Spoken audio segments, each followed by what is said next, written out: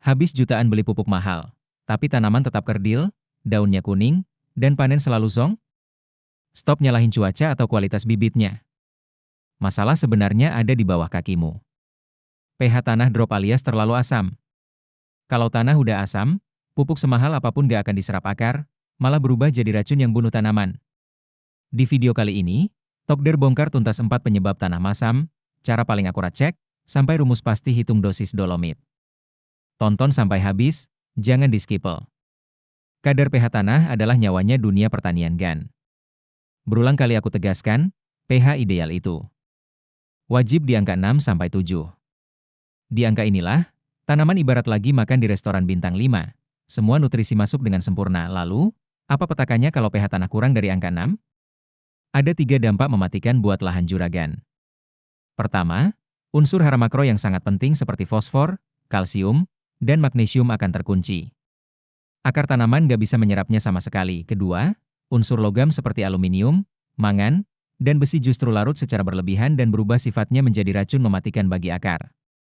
Ketiga, efek dominonya, produktivitas auto hancur. Tanamanmu kerdil, daun kuning, pucat, dan sangat rentan diserang penyakit.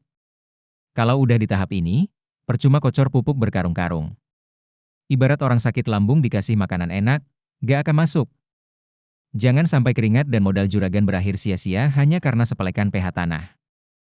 Mungkin juragan protes, perasaan udah ngerawat lahan dengan benar, kok bisa tanahnya tiba-tiba asam?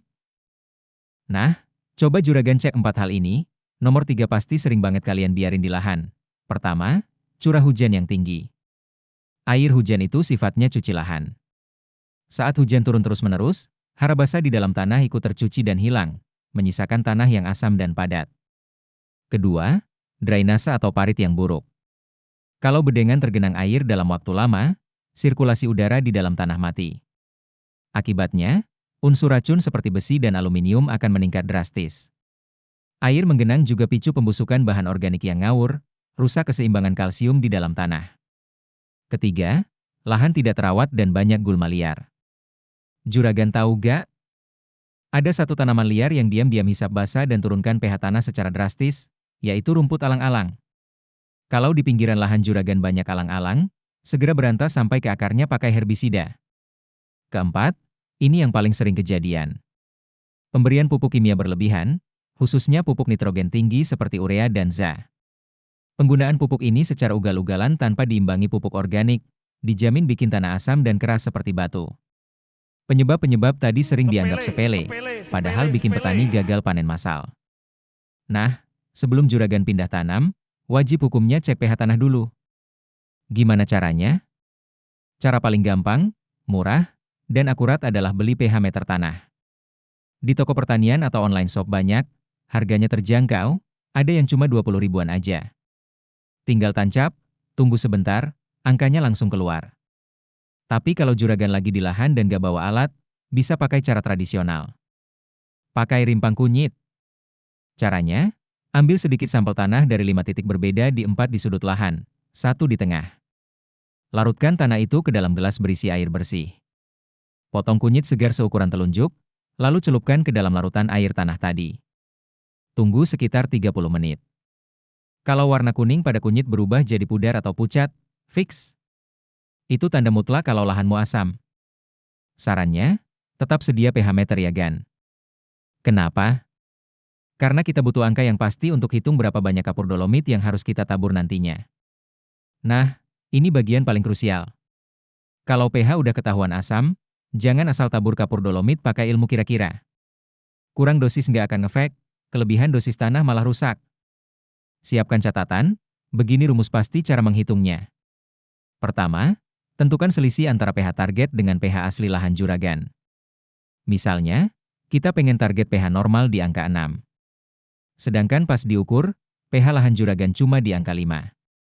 Berarti selisihnya, 6 dikurangi 5, sama dengan 1. Rumus bakunya, selisih pH, dikalikan dengan 2 ton per hektar jadi, 1 dikali 2 ton.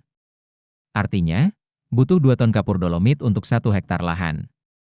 Kalau lahan juragan cuma 1/4 hektar, tinggal dibagi 4, yaitu sekitar 500 kg. Gampang kan?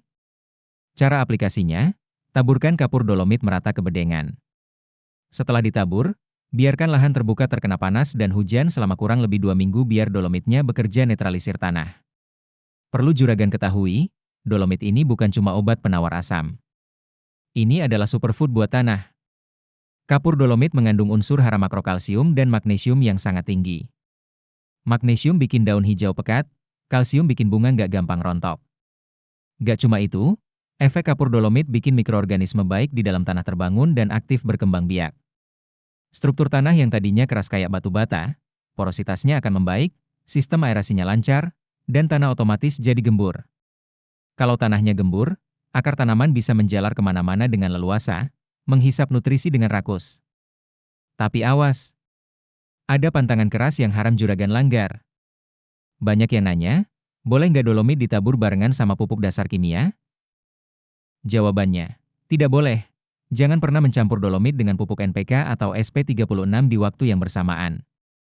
Kenapa? Karena dolomit akan mengikat unsur fosfor sehingga gak bisa diserap tanaman, dan dolomit akan picu gas amonia dari nitrogen nguap. Hilang sudah uang juragan.